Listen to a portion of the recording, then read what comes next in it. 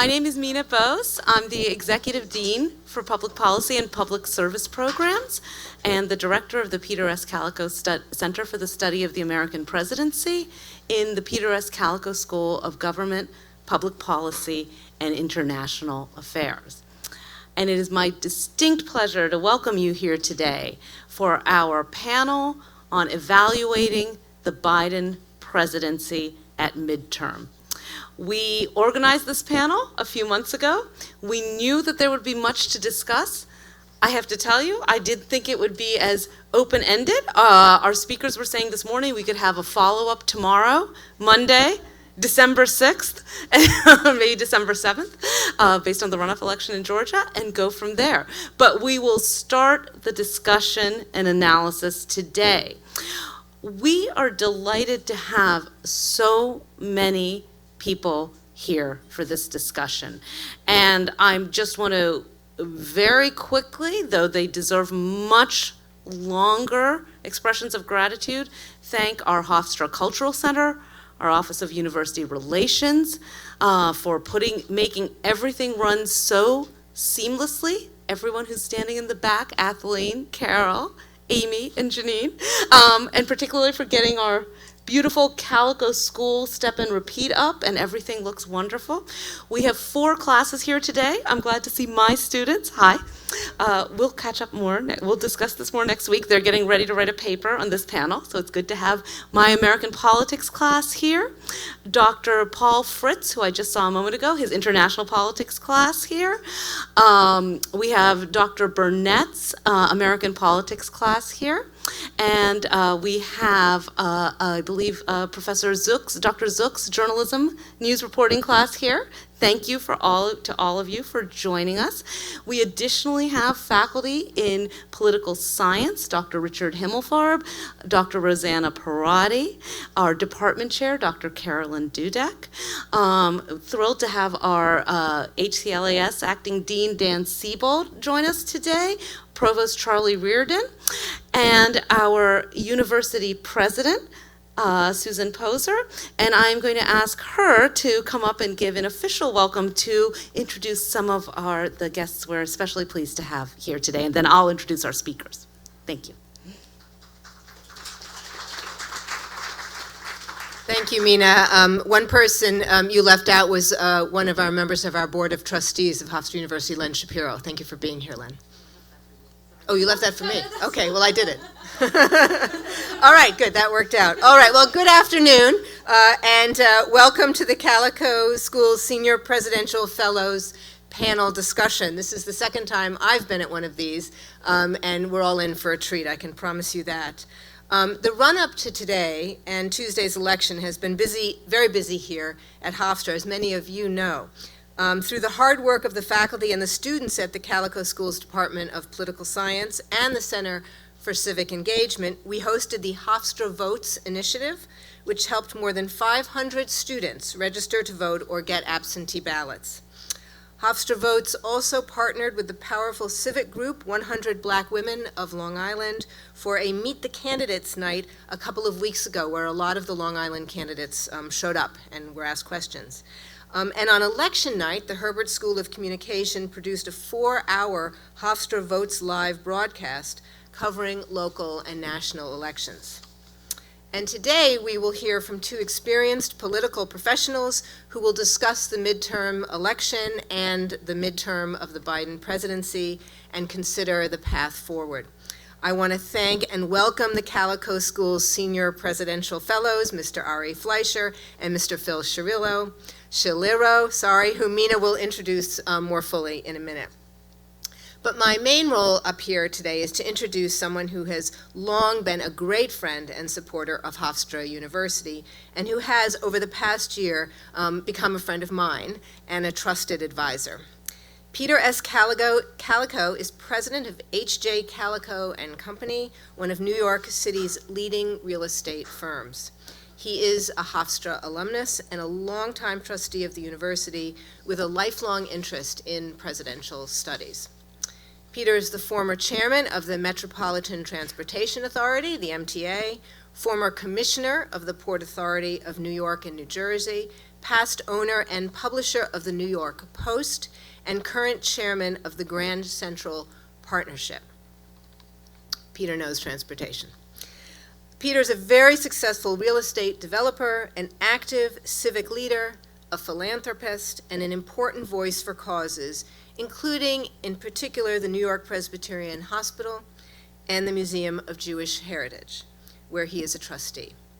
His awards and recognitions are numerous, including the Peace Medal, which is Israel's highest civilian award, and the Commendatore in the Order of Merit of the Italian Republic. Hofstra awarded Peter Kalikow an honorary doctorate of law degree in 1986, and he received Hofstra's Alumni of the Year award in 1988. And it was a major gift by Peter in 2015 that established the Peter S. Kalikow School of Government, Public Policy, and International Affairs at Hofstra. And this followed his prior gifts, creating the Kalikow Center for the Study of the American Presidency and the Kalikow Chair in Presidential Studies.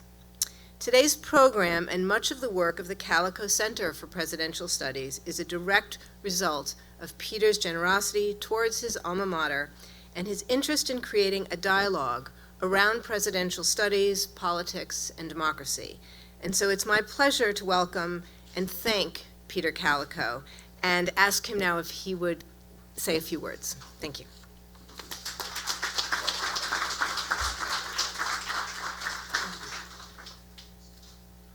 I will, as usual, be brief. We had an event here about 10 years ago.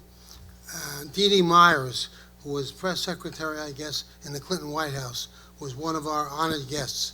And I asked her a question. I said, Dee Dee, when you wrote the scripts for the West Wing, they were like you hoped the Clinton White House would have been, correct? And she laughed and said yes. And why I bring it up is, when I was an undergraduate student here, this is the school that I would have hoped for. And I am enormously proud of the result that everybody does. All I do is give money, which is not so hard to do for me. But the students, the faculty, and the administration has just made this one of the joys of my life. So I thank everybody for coming, and I hope they give you a good story.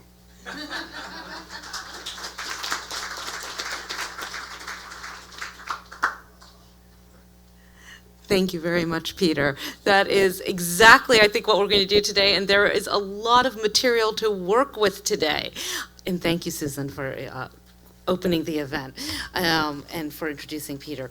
I now have the pleasure of introducing our Kalikow Senior Presidential Fellows, Ari Fleischer and Phil Schiliro. They have lengthy biographies, and I tried to cut it down to 3 points each so that we have maximum time for discussion. So I'll try to be thorough but quick. Ari Fleischer was the White House press secretary for George W. Bush from 2001 to 2003. In that time, he delivered daily White House briefings and served as spokesperson over almost 4 years of working for President George W. Bush during the historic presidential recount in 2000, the 9/11 terrorist attacks, the start of the war in Afghanistan and the war in Iraq, and the anthrax attack. Before working for the Bush-Cheney presidential campaign, Ari Fleischer was the national spokesperson and communications director for Elizabeth Dole's presidential campaign. Before joining the presidential side of politics, Ari worked on Capitol Hill as press secretary in both the House for 3 members of Congress and in the Senate. He's a native of Pound Ridge, New York, a 1982 graduate of Middlebury College, currently is president of his own firm, Ari Fleischer Communications, which advises clients in corporate and sports worlds on communications. He's also a Fox News contributor and the author of 2 books, including a recent one on the media. That might be a subject for a separate panel. We have so much to discuss today. And we are delighted, both Ari and Phil started as presidential fellows last year, and we're delighted to welcome you back, Ari. Mr.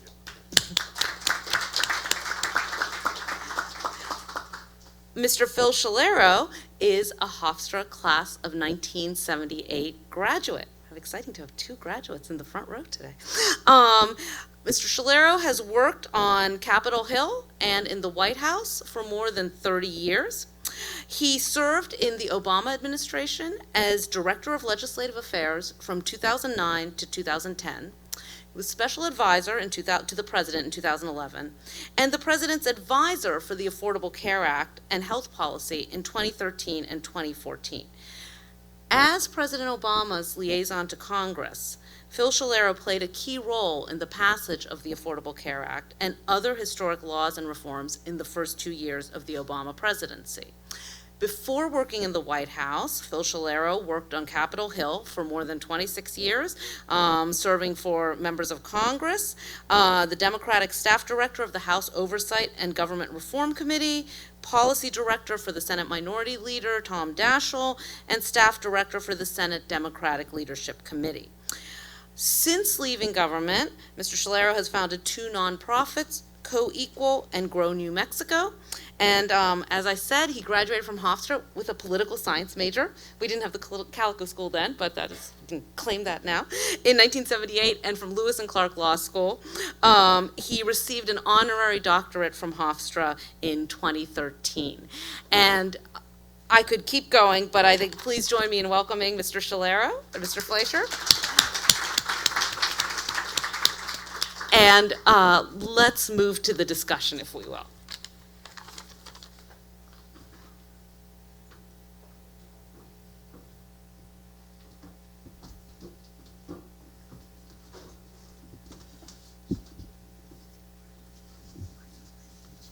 We didn't think anything about left, right. We just kind of So I've asked both of our speakers to begin to offer some opening remarks. I know they have a lot to share about their thoughts on Tuesday evening and what's still to come.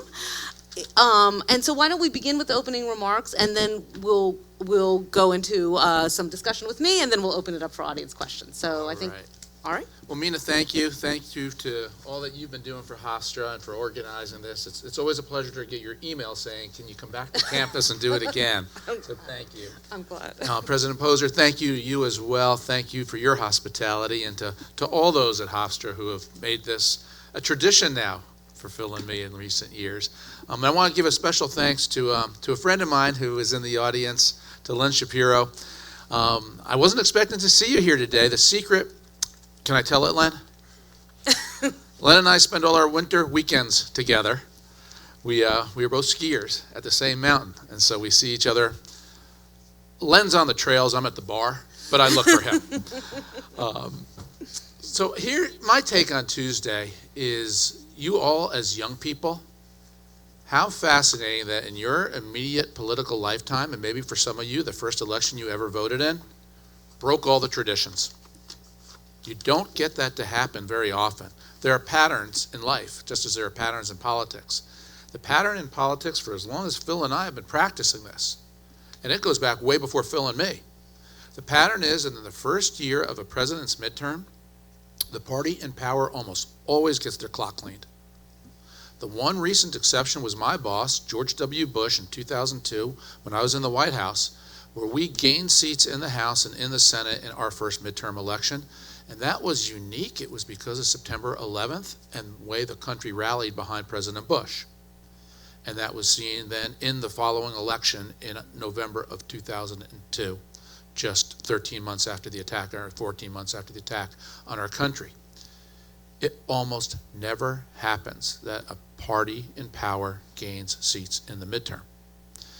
Now, the flip side is, if I got zapped down to earth from Mars and I heard that Democrats had the Congress and now Republicans had the Congress, I go, must have been a good night for the Republicans. Republicans took the Congress. And that is the bottom line. Power is about to transfer from Nancy Pelosi and the Democrats in the House to Kevin McCarthy and Republicans in the House. The gavel will be Republican. The chair of all the congressional committees will be Republican. Now, they don't have a lot of votes to pass things, but I would make the case to you it almost doesn't matter, because even if they had a 30-vote majority as opposed to a 10-vote majority, they weren't going to pass a lot that was going to get enacted into law anyway, because of divided government. But for President Biden, even though he defied history, defied expectations, did way better than anybody thought the Democrats were going to do, this is still a typical wake-up call to see power transferred. They may keep the Senate, Democrats, which will be good for the Democrats when it comes to judicial nominations. That is the most practical element where keeping the Senate under Democratic control has meaningful influence. But we're about to have 2 years of posturing, and we would have no matter what the margin is in the House. Republicans will try to pass legislation in the House that will go nowhere in the Senate and won't be signed into law. That would have been the case anyway, unless President Biden does something that his predecessor, Bill Clinton, did and governs in a very different way now that Republicans take the House and decides to govern to appeal to Joe Manchin and the center of the country as opposed to the more progressive Bernie Sanders wing of the Democratic Party. And I see no indication that President Biden will do that based on his news conference this week.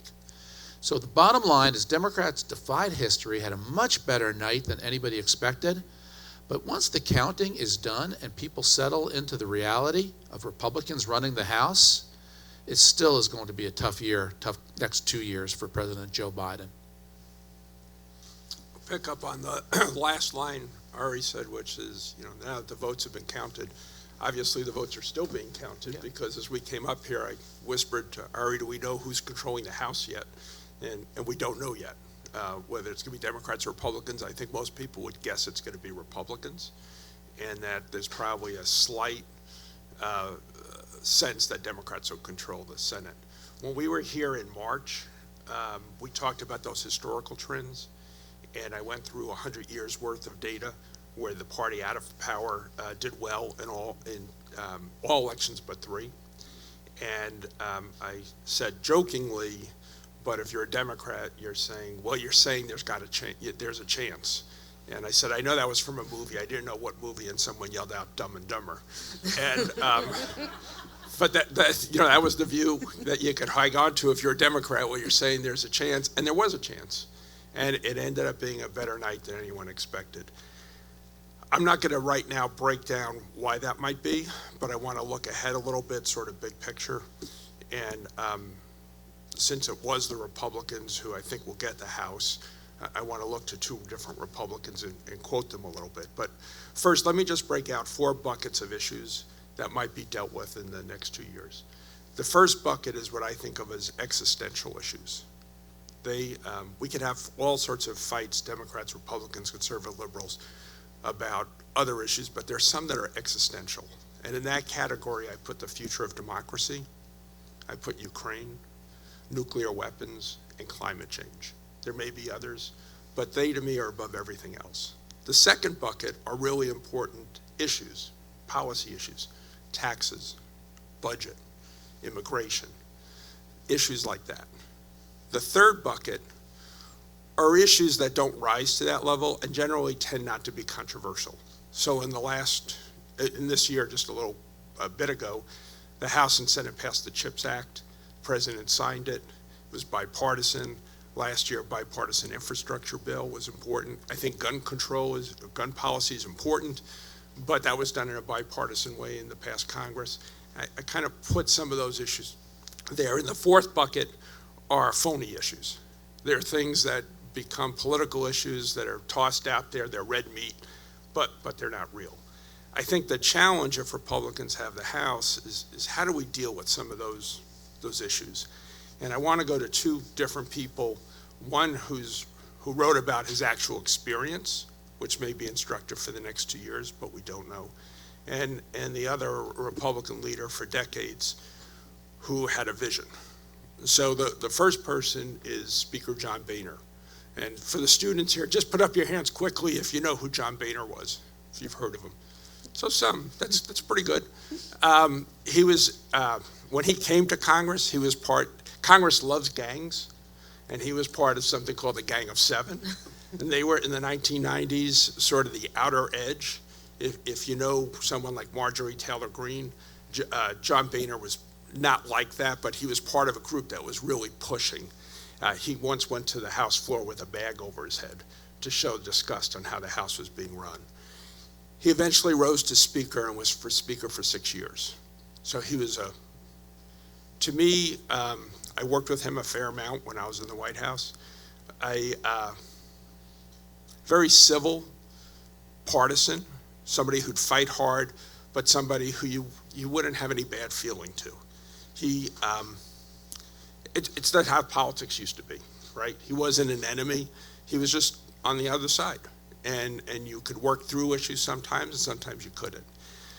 He left Speaker because he was sort of forced out in 2015, and he wrote a memoir. And I want to read from the memoir, and I apologize, there's a couple of words that may be a little rough, but this is his reflecting on his time as Speaker.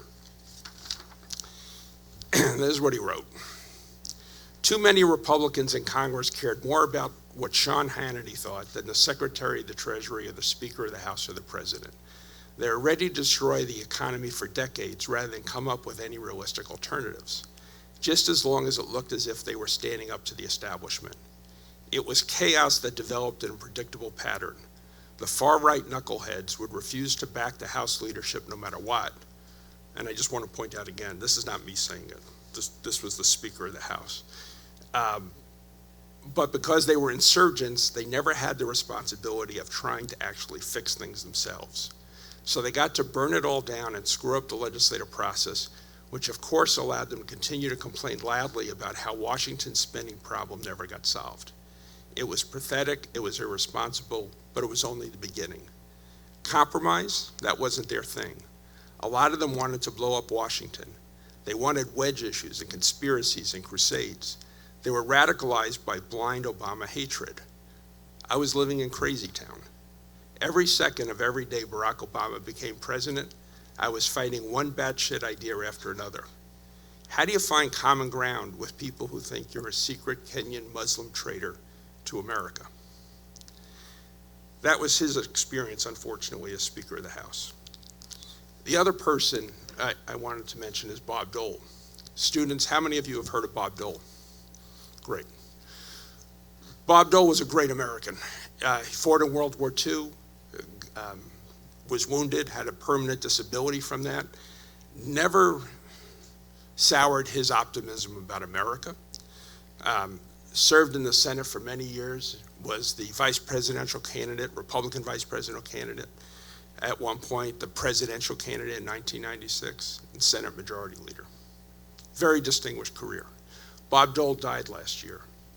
And when he died, he had an op-ed published after his death in the Washington Post. And in that, he wrote, and students especially, if you can listen carefully to this, bipartisanship is the minimum we should expect from ourselves. America has never achieved greatness when Republicans and Democrats simply manage to work together or tolerate each other.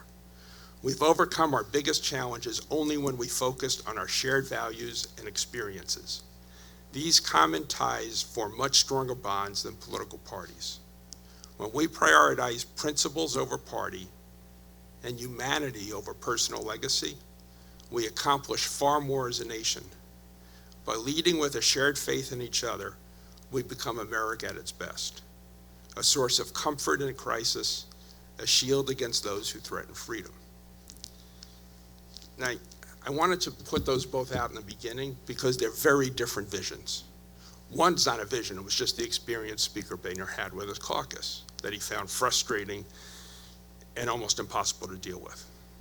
Senator Dole's vision is very different from that experience, and the question in my mind, if Republicans do indeed have the House, how do they handle that over the next 2 years? That's going to depend in part on the margin.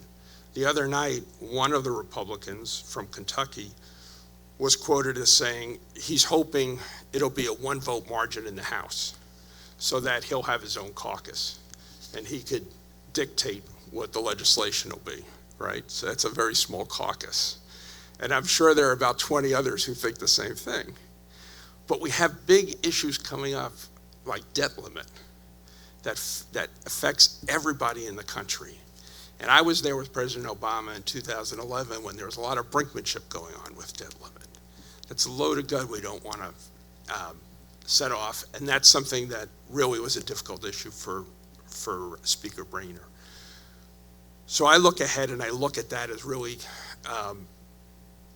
key to how the next 2 years develop, and whether or not compromise could be reached, and whether common ground could be reached, or is it a question in the House, if the Republicans have control, there's a caucus, the margin's so small that it's really hard for Kevin McCarthy or anyone else leading the Republicans to make progress. Thank you, Phil. Thank you, Ari. As I reflect on your remarks, I'd like to begin with a two-part question. And in some ways it picks up on both the reflections of former Speaker Boehner and the commentary on bipartisanship from former Senator Dole.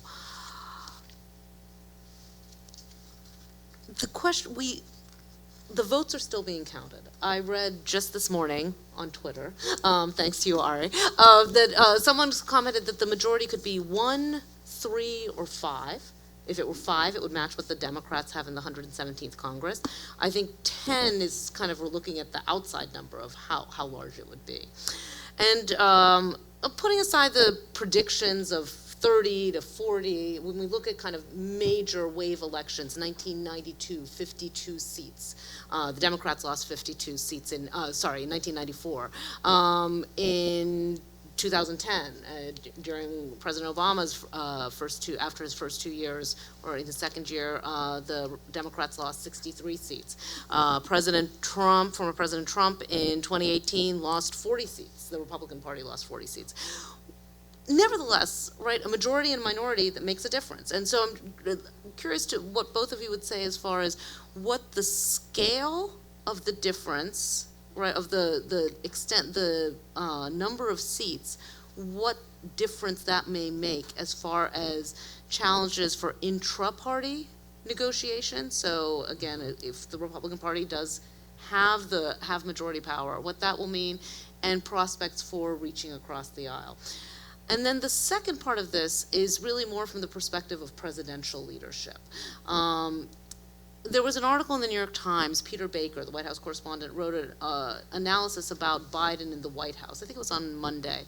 And it really seemed almost as if Biden was a step removed from where he had been, that he's spending a lot of time in the White House by himself. His wife continues to teach at community college, so they have dinner together. She goes to sleep early, hasn't been as engaged, had done a lot of phone calls for people, had done campaign stops, but of course former President Obama ended up playing a much larger role on the campaign trail in the last few weeks, despite, as one of my students had found an article, him initially saying a few weeks ago that he was focused more on the post-election period. Now that the elections are over, and it seems very likely, possible that the Democrats may control one chamber, may keep control of the Senate, and regardless that the Democrats did much better than expected, not just in Congress and in the legislative races, but in gubernatorial races, picking up seat governors' races in Massachusetts, Maryland, holding seats they were expected to lose, state legislative races. What does that mean? Has that shifted President Biden's political capital and his ability to lead those discussions for bipartisanship? All right. Two big ones. Well, let me start to unpack this, and I want to make sure we're being precise and accurate too. The Democrats did not gain seats in the House on Tuesday night. They lost seats. Now, they didn't lose as many as history would have suggested, and that's what's different. But in 2002, the last time actually history was clearly defied, the Republicans gained seats in the House and gained seats in the Senate. So the Democrats and Joe Biden still lost seats, not as many as thought. As for the Senate, where it's possible the Democrats will either break even or be up one seat, Donald Trump gained, and the Republicans gained 2 seats in the Senate in Donald Trump's first midterm election of 2018. So in the year that Republicans lost 40 in the House, they gained 2 in the Senate. So the Senate performance is not where history is measured, it's the House, and still Democrats have lost seats in the House and lost the House in a setback to President Biden and his party. The margin, as we talked about before, Phil's making very valid points. Republicans have a hard time making internal discipline. there is a faction inside the Republican Party that is a mischief faction, and they want to be pure. Compromise can never be a dirty word. Compromise is essential to comity, to getting our country to work, and to respecting one another. There can be issues on which there's no compromise, but there also are issues on which there should be compromise. And this is going to be a test of Republicans. It'll be a test primarily, though, of Joe Biden. History also shows that when there's divided government, it really is uniquely the decision that the president makes about whether the president will tack back to the center and will tack to the party that just took control, or will the president fight the party that just took control? And you have plenty of examples of it. Donald Trump and Republicans controlled the Congress in Trump's first 2 years.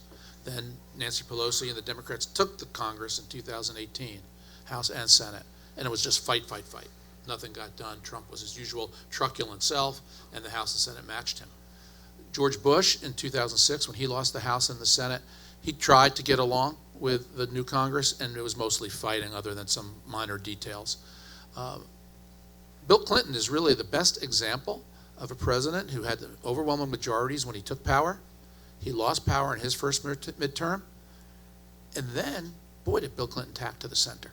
Gave a huge speech about this era of big government is over. Worked with Republicans to enact welfare reform, the largest capital gains tax cut in American history. All happened with a Republican Congress and a Democrat president, while the liberal Democrats got left on the sidelines. Bill Clinton ditched them. When welfare reform got passed, I'll never forget it, 98 Democrats voted for welfare reform, 98 Democrats voted against it. An exact 50-50 split, even though the president, Democratic president, said, I will sign that legislation. He can only get 50% of the Ds to go along with him. So the decision about whether or not things get done is less to do with anything Republicans are going to do in the House or Democrats in the Senate. It's the tone the president sets. Will President Biden fight for the next 2 years? Or will President Biden say, I'm going to pull a Clinton and I'm going to get along with these guys and we're going to figure out legislation? I have low expectations that he'll pull a Clinton. I just think America has changed so much since Bill Clinton was president, and the Democratic Party in 1994, when Bill Clinton was president, 25% of Democrats told pollsters that they were liberals, self-identified as liberal. Overwhelmingly, the Democrat Party back then was still a moderate to conservative party internally. Now, 51% of Democrats say that they're liberal. And I just cannot see Joe Biden breaking from the liberal caucus inside the Congress the way that Bill Clinton did. So we're going to be in for 2 years of gridlock, which happens in our history, and it'll be a reset until the voters send different signals and tell people who they want to lead in 2024. Ari, just a very quick follow-up. Does President Biden even have a chance of exercising that kind of leadership if the Republicans get control of the House and if the House votes to impeach him? The most foolish thing Republicans could do would be to pursue scandals, investigations, and heavens, no impeachment. Joe Biden has not done anything to be impeached for. Nothing. I disagree with him. I voted against him. Impeachment is for high crimes and misdemeanors. It is exceedingly rare, and it should be. We are not a British system where we're turning impeachment into a vote of no confidence.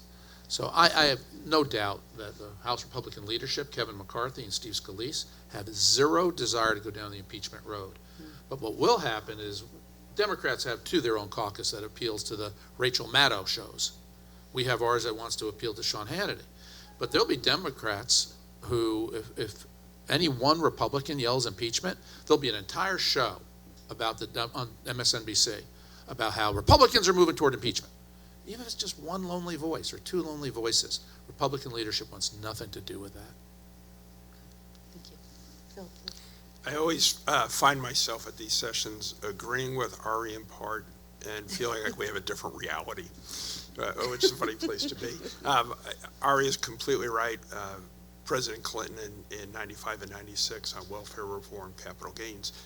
But I was there at the time, And I know, because I was part of them, we negotiated pesticides legislation and safe drinking water legislation that Republicans didn't want to do, but were worried about their midterm prospects, whether they'd be able to keep the House. And we were able to trade what I called good policy for bad politics. We were giving Republicans accomplishments, but in return, we felt we were getting good environmental policy. So there was a lot done in those 2 years for different reasons. In 2011, with President Obama, and this is what I'm hoping won't happen, it would be catastrophic for our country to not increase the debt limit. That'd just be terrible. Everybody here would be hurt in one way or another by that. In 2011, President Obama entered into good faith negotiations with Speaker Boehner and was willing to trade away some policies that would have infuriated the Democratic Party. And it was a question, an open question in our minds, whether or not we'd be able to put the votes up for it. But he was willing to do that. The problem was not that Speaker Boehner wasn't willing to do it, but he couldn't deliver his caucus. So Peter was a businessman, still is for many years. If you and I are negotiating a deal and we reach agreement, but then you can't deliver because your people backing you aren't there, why am I going to deal with you? There was a famous moment in 2009 when we were negotiating the Affordable Care Act. President Obama sat in the Oval Office with Senator Grassley and Senator Baucus, who were doing bipartisan negotiations, and turned to Senator Grassley and said, if I give you all the changes you want on the bill, will you be for it? And he said, no. Well, you can't do that in a business negotiation, right? What are we doing here? We're just wasting time? That's the fundamental question that I think will have to be answered. And I'm hoping the Republicans in the House will let Kevin McCarthy, who I think genuinely wants to have communication and some cooperation. I want to hurt him by saying that. But I think that's where his inclination would be, to see if he can get, there's leadership and there's followership. Can he get followership for it? And I think that's an open question as we see how these next months unfold.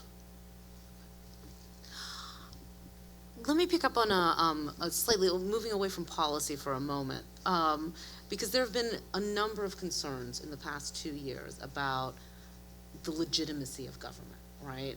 There were challenges by the former president to the election results in 2020. It was culminated in the horrifying assault on the Capitol on January 6th. And there were a lot of concerns leading up to Election Day about whether there would be vote challenges, what would happen. It's still not done. The Arizona governor's race, I believe, right, is still being decided. The votes are still being counted. Would you say, based on the information we have to date, that so far that 2022 has either that concerns about protecting democracy, as President Biden put it, or election legitimacy played a part in voter turnout? I know that's hard to assess, but just your thoughts on that. And whether you think we've been able to move past some of those, whether the election results, albeit still in progress, that the question about legitimacy, electoral legitimacy, will not continue to be the issue that it's been for the last 2 years. Well, you can actually bridge that question with the last question you asked. Sure. And there's sort of an arc there. And it has to do with the elephant room. Again, this goes to how the Republicans will act in the House the next couple of years if they're in control, and that's Donald Trump, right? It's funny for me to be sitting here and continually quote a Republican speaker, John Boehner, but he's a very candid, honest person. And a couple of years ago, he said, there's no Republican Party anymore. There's a Trump Party. He said the Republican Party is taking a nap somewhere. And the question to me in this election, and that we'll see play out in the coming weeks, is the Republican Party going back to being the Republican Party, or will it continue to be the party of Trump? That gets to when Ari was talking about impeachment. If it's going to be the party of Trump, and there's been reports about this already, he's called Kevin McCarthy, insisting that President Biden be impeached a couple of times or 3 times, not just once. If he's putting pressure on that, and if that's coming from the grassroots, well then put on your seatbelts for debt limit. Because President Trump, former President Trump, when President Biden was negotiating with Republicans on an infrastructure bill was putting tremendous pressure on Republicans not to be for the bill. So is it the Republican Party as I always knew it, or is it the party of Trump? And that goes to the democracy issues, which I hope we'll spend more time talking about today, because I think that is an existential issue that every other issue is almost secondary to, not just for the United States, but for the world. Because we are still the beacon for the world when it comes to democracy. And I felt going into this election we were hanging by a thread. I think because election deniers were defeated in a lot of places, because we haven't had violence at election sites, that's all good.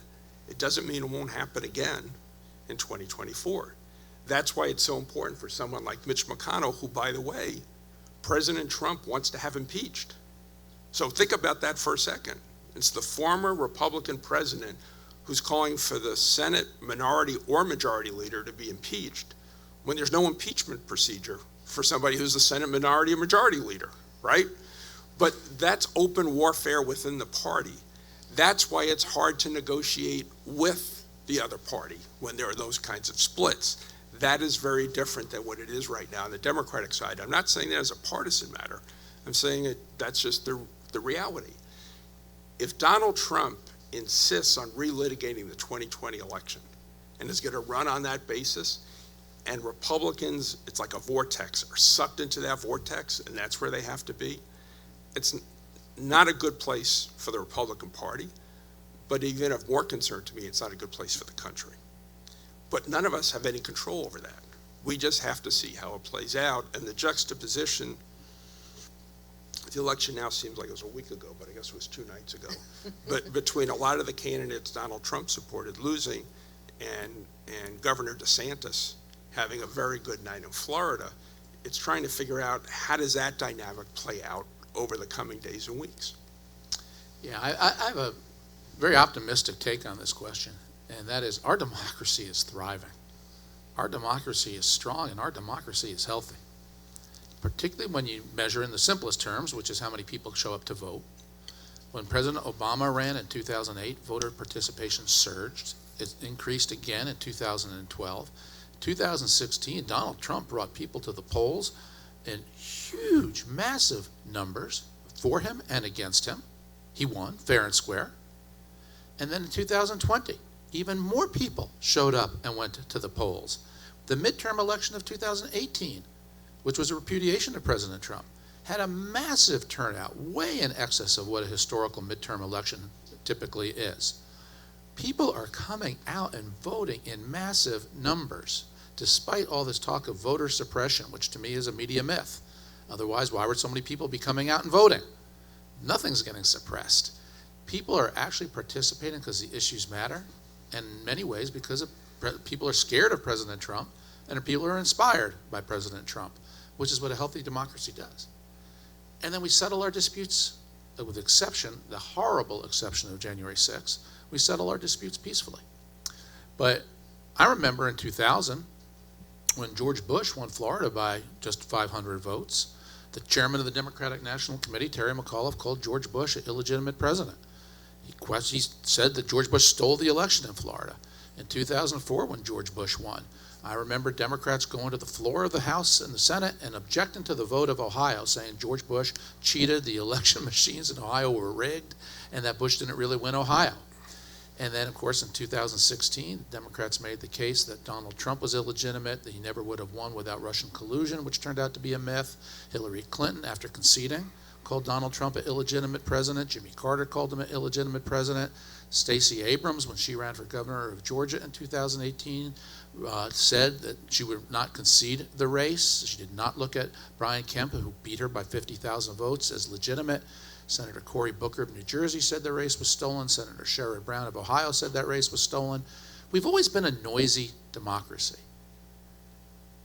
But when Joe Biden won in 2020, I remember being on the air live on Fox. The election was Tuesday, didn't get settled till it was Saturday. And Saturday I was live on the air when the race was called for Joe Biden. And I said, I'm an American before I'm a Republican. And congratulations to President-elect Joe Biden. He won fair and square. So I do think our democracy is fine. It is healthy. The January 6th outburst was horrendous. It's being handled properly through the courts, the way it should be done. And I will say, again, back to what happened on Tuesday, and one of the reasons Republicans did not do as well as we thought we would. When elections are about the president in power and the future, the party out of power does well. What happened on Tuesday was it was not just a referendum on Joe Biden, it became a referendum on Joe Trump. It was as if we had two presidents. The former president didn't leave the playing field. He stayed on the field and talked about how 2020 was stolen from him, which it wasn't stolen. He lost fair and square.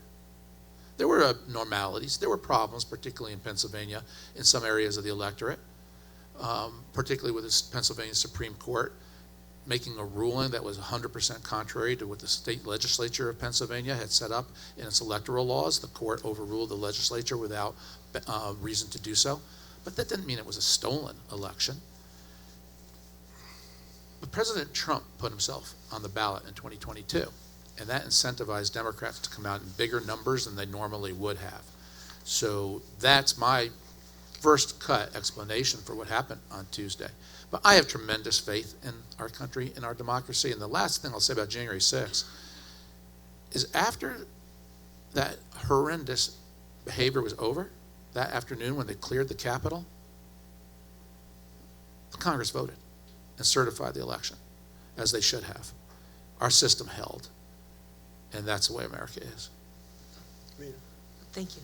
Yes, please. I have to do the alternative reality piece of this. You know, I don't rebut you after you go first. Now I have to start rebutting you after you rebut me. Sorry. I try to be one-on-one. I know. Fair. Well, you could come back. If anything I say is factually incorrect, you can come back, and I'm just going to try to go through the sequence because I think it's important, especially for the students, to understand the distinctions, because distinctions matter and facts matter. In 2000, when Al Gore was defeated, he won the popular vote. Very different than 2016 and 2020. There was something called the Brooks Brothers riot in Florida, where Republican consultants came in, were banging on the doors, telling them to stop the count, stop the count, stop the count. Fraud, rigged election. The election was decided by the Supreme Court in a 5-4 decision. And the state of Florida's governor was the brother of George Bush. That's very different than 2020. But part of the reason I wanted to go through that is because when people did object on the floor, the person who gavelled them down in the House chamber was Al Gore. He wasn't telling them it's gonna be wild, you gotta fight like hell. He was on the House floor, gavelled the 12 members down. As I recall, there was no Democratic senator who joined in. And he finished after he gavelled down, and I want you to listen to this. He said, "May God bless the new president and vice president in the United States of America." And that was it. That's very different than how Donald Trump handled 2020. In 2004, when some objections were raised about Ohio, that was disposed of very quickly, and John Kerry, who is the Democratic nominee, also had conceded, wasn't contesting the election. And in 2016, I believe it was Joe Biden who gavelled down any questions, and Hillary Clinton had conceded. That's a fundamentally different situation than when a major, well, in this case, a former president won't accept the results of an election. So I don't think they're parallel just because there were some objections. I agree with that, Phil. President Trump was wrong not to accept the results of the election. As I said, Joe Biden won fair and square. But my point to you is that the Democrats like to call Donald Trump illegitimate. Hillary Clinton did, Jimmy Carter did, and that also strains our democracy. Our democracy is strong and survived it, but it should not be as if only one party engages in excess rhetoric. They both do, and we should condemn it when it comes in both directions. And again, this is why sometimes it's hard to get to questions. On that point, in 1993, when Bill Clinton was president, Republicans were referring to him as an illegitimate president. And Dick Armey, who was a leading Republican at the time, continually referred to him as your president, not our president. He's illegitimate. Could I ask an institutional? We actually are. Both of you have raised so many insightful points that I know there are plenty of questions, and we're going to turn to students in a minute. Let me wrap up with two questions. One is an institutional one. After January 6th, there have been proposals for changing the counting of electoral college votes, specifically about the role of the vice president, right, that it's purely ceremonial. It looked like that was going to pass. It hasn't. I'm just curious as to whether either of you has any institutional recommendations for the presidential selection process that you would recommend. And then the second question, because the second part of this panel was assessing the Biden presidency at midterm and looking ahead to 2024, do you think that you've raised this in other sessions this morning, but we haven't discussed it here? Who do you think are the most likely candidates for the two major party tickets? And then we'll turn to questions. Yeah, the role of the vice president is and should be purely ceremonial. That race should be, presidential election having been certified through the Electoral College, ought to be certified. Unlike in 2016, after Donald Trump won, there was a huge organized attempt led by Nancy Pelosi's daughter to get the election overturned in the Electoral College. It didn't go anywhere, but there was a serious attempt to get it done. In part, the margin was too big, so it didn't have credibility. But I fear if that margin in the Electoral College, if Trump had won by only a couple votes, the Democrats would have tried to overturn it in the Electoral College. And the other part of it, too, is I would raise the threshold for how to object to a vote. Mm-hmm. Look, I think elections are sacrosanct. It is not up to Congress to accept an election or the president to accept an election. It's up to the people to tell the elected officials, here's what we decided. And then the elected officials need to salute the people and implement the will of the people, whether we like it or not. So I definitely would shore up those provisions so that the voice of the people is final, not any interference from politicians of either party. As for the future, oh boy.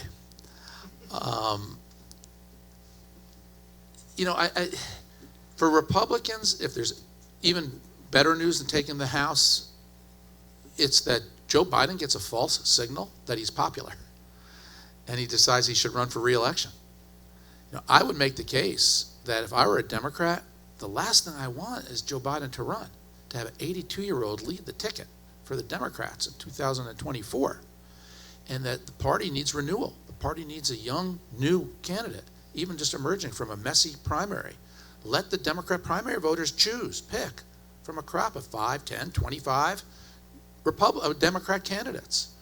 And they'll emerge with a newer, younger, stronger candidate to run against whoever the Republicans nominate in 24 than they would if Joe Biden looks at this Tuesday and says, you see, those Republicans, they got it wrong. I'm more popular than people think. I'm right. Therefore, I'm going to run.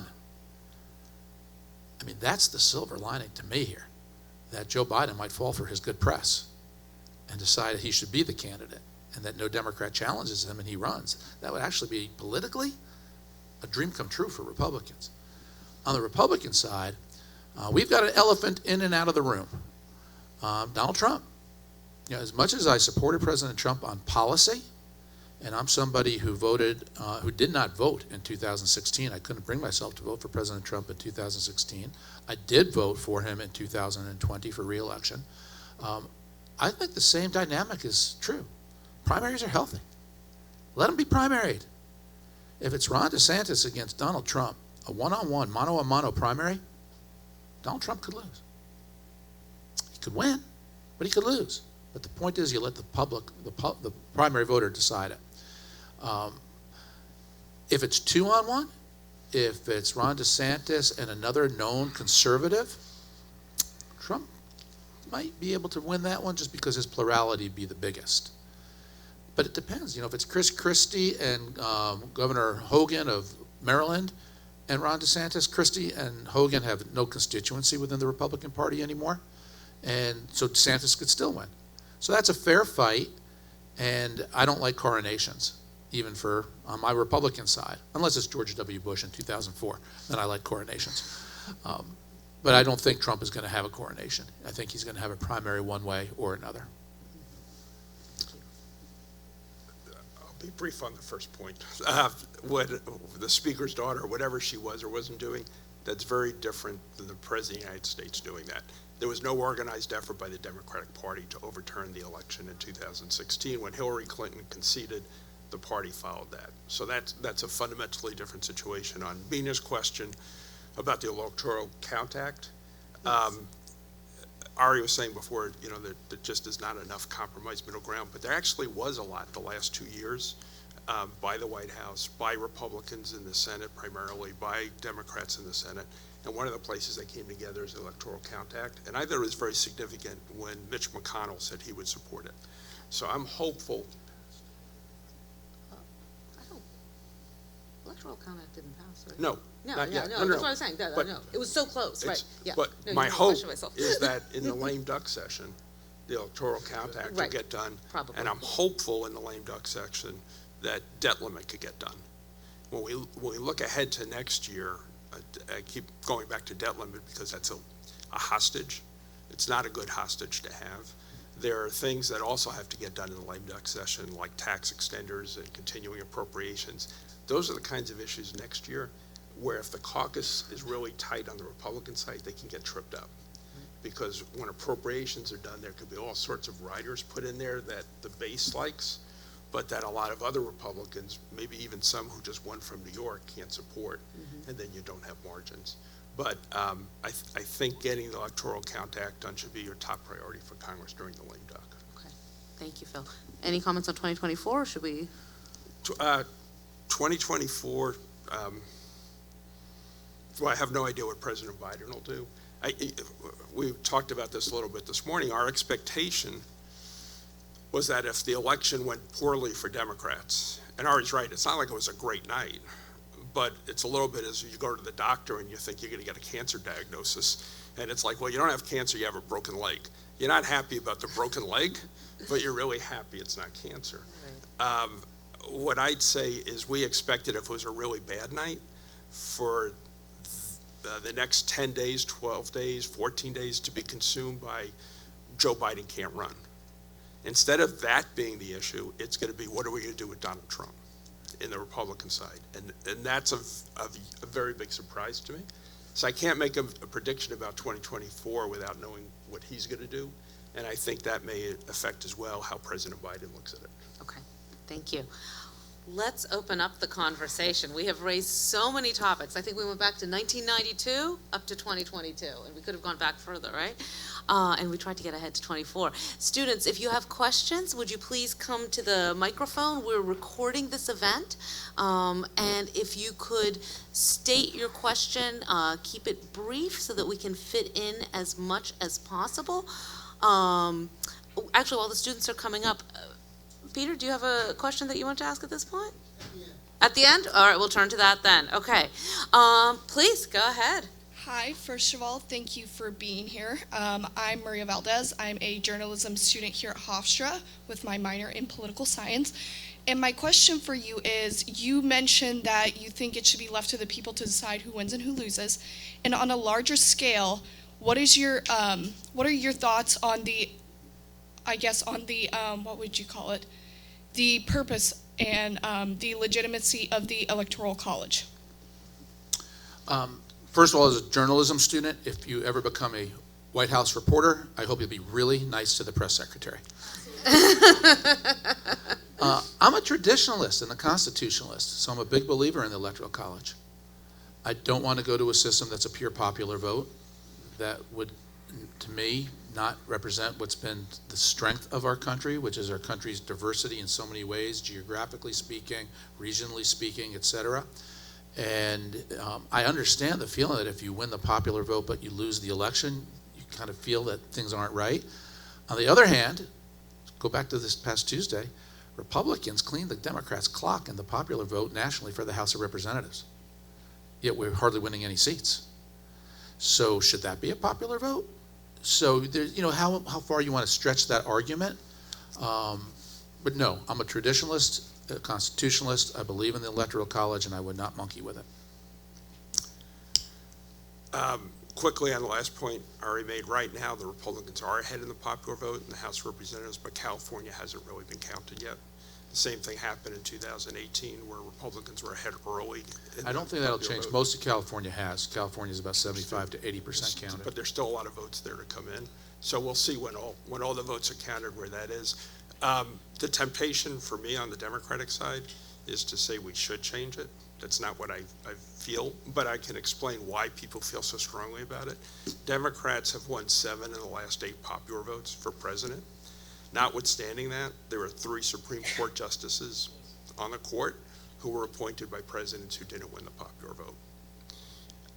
So there's a strong feeling among a lot of Democrats that the system is just fundamentally broken. That got exacerbated in 2016 when Justice Scalia died, and Mitch McConnell wouldn't move one of President Obama's nominees forward. So there was a feeling that there's a fundamental unfairness when in 7 of the 8 presidential elections, the country votes for a Democrat, but yet the break on the Supreme Court right now is 6-3. The reason I have a hesitation about doing that is I don't think it's ever a good thing to make decisions just based on your immediate situation. You have to look at long term. So maybe it makes sense, but it's not something I'd want to decide just based on the immediate circumstances. Please. Hello. So I'm wondering, what are some of the top issues that you think influence who people were voting for in this election, and do you think that will change or remain the same in the following election?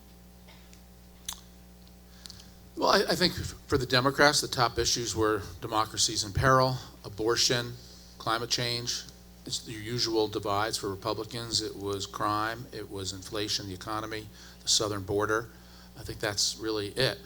One of the trends that I've identified that may, in part, explain why Republicans didn't do as well as hoped on Tuesday is the percentage of voters who consider themselves independent.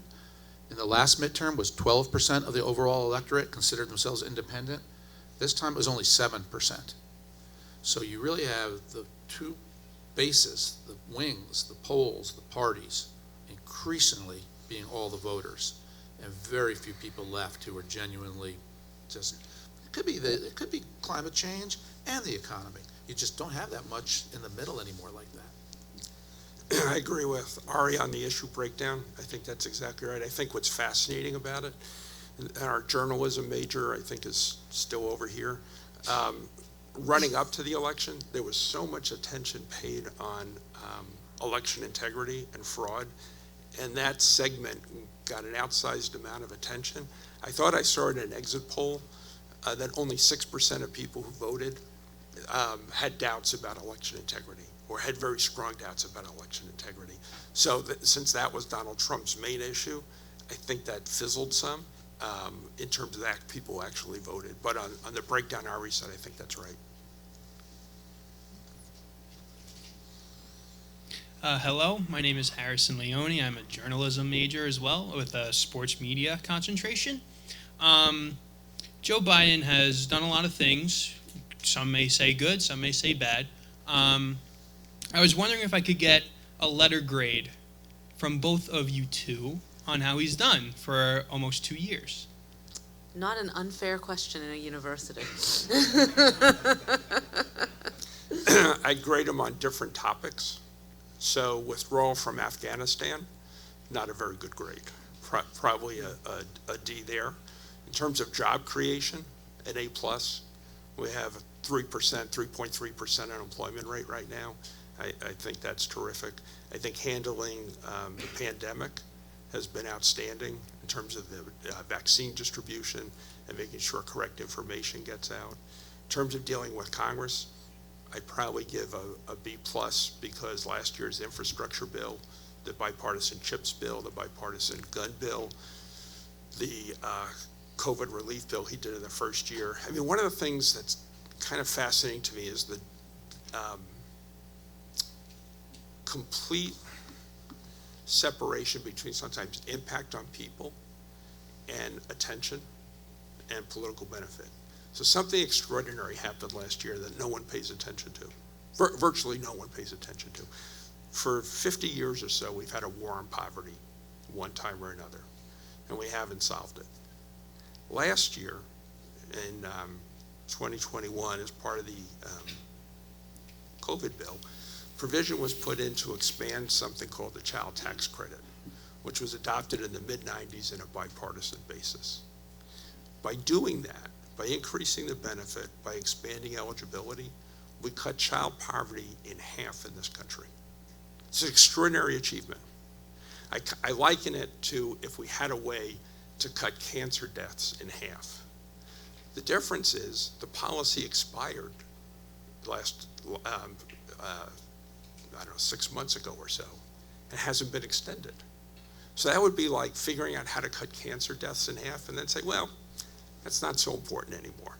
In terms of human impact, being able to cut child poverty in half, to me is an A+. I don't know, in terms of fundamentally changing people's lives, that's real policy that makes a difference. I thought the reconciliation this year on climate change, on reducing healthcare costs for people, I think that's a terrific bill. And so I give high marks for that as well. In foreign policy with Ukraine, I may be a biased grader, as you might pick up, but I think one of the things that's most surprising to me, again, having been in Washington for 35 years, I grew up at an age where Republicans opposed people like Putin. I grew up where they opposed what the Soviet Union was doing. So seeing people go on TV and seemingly repeat Putin talking points, or a lot of House Republicans talking about not continuing aid to Ukraine, mystifies me. And I think the president has done an outstanding job managing an international coalition on that. Yeah, I'm definitely not biased in my grades, and so I give him a straight F. And I do. I mean that. No, not an incomplete. I give him an F. And the reason I say that is because I knew who Joe Biden was when he was a United States Senator. I worked in the Senate for 6 years. I got to know Joe Biden. I got to know him when I was at the White House. And he was a very different fellow. And he meant, I think, back then, what he said in his inaugural address about his whole soul is in it for unity. And he hasn't governed that way. I think ever since he became president, starting that January 20th, he really governed to appease the progressive wing of the Democratic Party, and his policies were really so much more closely aligned with Bernie Sanders and the left than they were with Joe Manchin and the center. I think if he had governed with Joe Manchin, he would have gotten a tremendous number of Republican votes. He'd have lost liberal votes, but he didn't want to do that. So he governed in a direction that right from the start was polarizing. And then his rhetoric. When I look at what Joe Biden says, the things about calling Republicans semi-fascists, when he calls the election law in Georgia Jim Crow 2.0, when he ran as vice president and he was running against Mitt Romney, and he said to a black group that Republicans want to put you all back in chains. I mean, my argument with Joe Biden, why I give him an F in so many ways, is he plays on some of society's most sensitive points, meaning race, and stirs the pot in a vicious fashion. Accusing Republicans of wanting to put people back into slavery? Who does that? So I condemned Donald Trump when he used excessive rhetoric that I thought was wrong. My Twitter feed was full of statements where I would say that President Trump erred. He shouldn't have said that. I'm a conservative when it comes to policy, but I'm polite when it comes to how you treat people. And I want that in both directions, and I think Joe Biden has failed to deliver that. Thank you very much. Thank you. Now, do we have 5 students in line for questions, and we have 15 minutes? All right, we're going to try to do all 5 student questions here. Can we maybe try, could you ask a question, and the person behind you, we'll try to kind of cluster them so they can answer 2 at once? But go ahead, you'll still get your full question. Okay. My name is Kira Sullivan. I'm a philosophy major, and I'm in my senior year. And my big question was, it often seems what is best for each individual party is often not is what's best for America. And I'm wondering, what is really best for America? Is it for each party to move more towards the moderate or cling harder to their ideals? Thank you, Kira. Let's take the second question. We won't forget that one. We're going to do both of them. Go ahead. Hi, Lindsay Hill. I'm a senior political science major here. One of the quotes you said is let them be primaried, and I couldn't agree more with that. But there's still issues with independent voters not being allowed to vote in partisan primaries. So do you think that should be more of a conversation going forward, of opening it up to independent voters so their voice can be heard as well? Okay, thank you. Okay, so Kira's question about whether the parties should be more moderating influences or independent, and Lindsay, hi Lindsay, about independence in the primary. All right, go ahead. Lindsay, on the question about the primaries, it's decided by states. So in New Hampshire, for example, you can vote in the primary as an independent. You can pick and vote in the Republican or the Democratic primary. I'm for leaving it up to the states. I prefer closed primaries, actually, because it's the Republican candidate. It's the Democrat candidate. I don't like the idea of people who aren't Republicans or Democrats helping to decide who the other team gets to nominate. If you're an independent, be an independent. But I don't know why that means you have to get a vote in the primary. But it's a state-by-state matter. South Carolina is the same. Independents can vote. Other states are closed. They can't. On your question, it's good you're a philosophy major, because my view is there's a pendulum in this country and it swings. There's a time, right after Watergate and Vietnam, when the liberal policies prevailed. It wasn't anybody saying we need to govern from the center. It was a sense that the pendulum is swinging. We need civil rights legislation. We need reforms, good government, clean reforms. That pendulum swung left. Ronald Reagan came in. The pendulum swung right. We'll go back and forth in this era. Hopefully the pendulum never swings too far to the left, too far to the right, and always tends to come back to sensible, normal. That's where I think America is. We have a pendulum right now that's swinging round and round and round and going fast. It won't do that forever. It's going to start to settle. I can make the case that with Tuesday's electoral results and the way some Republicans are now thinking that Donald Trump could hurt Republicans if he gets nominated and are saying it publicly, that pendulum is already starting to go in a different direction. So again, this is why I think our democracy thrives. Just let the people settle these things. There'll be noise, there'll be discomfort, hopefully never violence, but the pendulum swings. I think, based on my personal experience, the whole time I was in Congress, we never passed a major bill unless we had bipartisan support. It's just how we proceeded. So on something that was really contentious, like a 10-year fight, like the Clean Air Act, we were in that fight from 1982 to 1990. When we finally passed it, we got a little over 400 votes for it. That was my experience. That really changed in my personal experience when President Obama became president.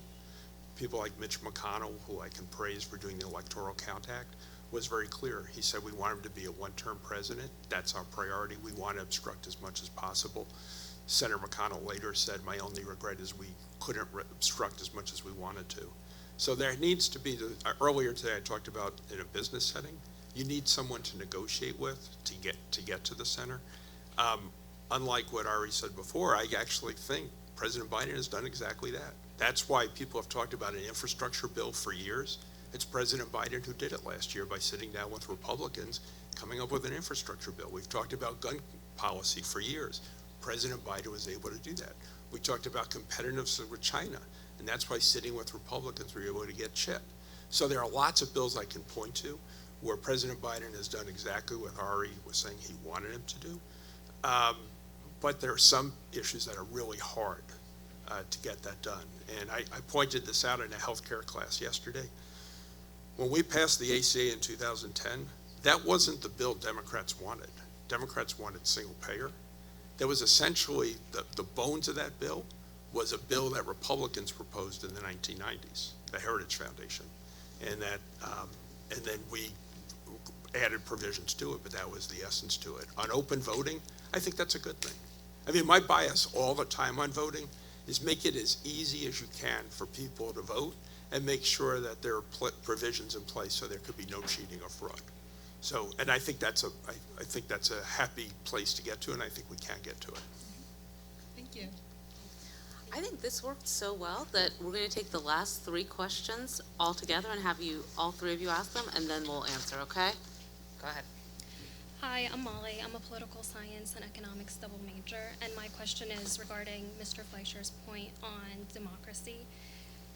Can't it be argued that the voter turnout right now is signaling a democratic need or a need from the Democratic Party to resurrect democracy, given the attack on the insurrection, given the attack on Paul Pelosi, and given the attack on smaller state senators or lesser politicians, you can say, not only from the civilian population, but also from DeSantis in Florida sending the immigrants to Democratic states? Thank you. Thanks, Molly. Good question. I'm sorry, go ahead. Oh, yeah, we'll just take all 3 of them. right. And then we'll... Hi, my name is Alexa. I'm a journalism major.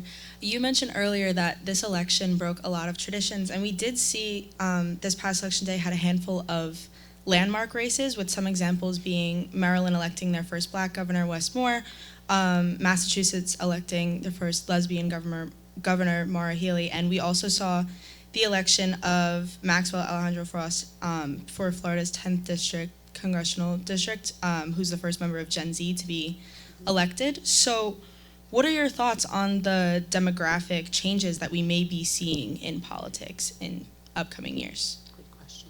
Thanks, Alexa. I bet you recognize this voice, do you, Dr. Bose? I'm Danny DiCrescenzo. I'm a junior radio major, poli-sci minor. My question is, if we do have divided government, to what extent will the media narratives and media personalities play a role in how the Congress negotiates or fails to negotiate on certain landmark key policy decisions? Okay, so we have three excellent questions here. Molly's on what voter turnout signifies, about the need to resurrect democracy, particularly in the face of some horrifying violent attacks, January 6th, the attack on Speaker Pelosi's husband. Alexa's question about what demographic changes in American politics mean, with some very good examples. And Danny's very thoughtful question of bringing in the media and divided government, and what role the media will play in informing or shaping those debates. Turn it to our speakers. In terms of the first question, the violence, but look how it was settled. It wasn't settled by more violence. It was settled by people voting in bigger numbers, however they see fit. And what I decry about the violence, and we should all do this, is it wasn't just those attacks. And I'm not sure the attack on Speaker Pelosi's husband, he was a lunatic. Now, Lee Zeldin was attacked in the middle of a campaign appearance, physically assaulted up on a stage. Steve Scalise, the House Republican whip, was shot at a Republican softball game. We all need to decry the violence. I try not to ascribe it to the left or the right. Anybody who does that is a lunatic criminal. And I would call all of them that. Whether they did it because they supported Bernie Sanders or because they supported Donald Trump is immaterial to me. They're criminals and they should be locked up. And there's no place for violence on any side in this country. On the demographics, great question. And demographics is constantly changing part of America. This is one issue where Republicans have a lot of high hopes in the future. This electorate, and it will happen with every election, is becoming less white. It will keep happening. The percentage of the electorate that was white in 2000 and, let me get my numbers right. Yeah, here we go. In 2018 midterm, 73% of the electorate was white. This time it was 72% of the electorate was white. Percent that was Hispanic was 9% in 18, 11% in 2022. America is becoming more diverse. And Republicans, to their credit, are doing much better with blacks and Hispanics than they used to. The black vote went in 2018, a year Republicans lost 40 seats in the House, 82 points to the Democrats. The Democrats had an 82-point advantage. This time it was a 68-point advantage. Republicans are making big inroads in the black community, particularly with black men, who 18% of black men, almost 1 out of every 5 black guys you meet, voted Republican. That is a sea change. It was triple that from what it was when Barack Obama ran for office.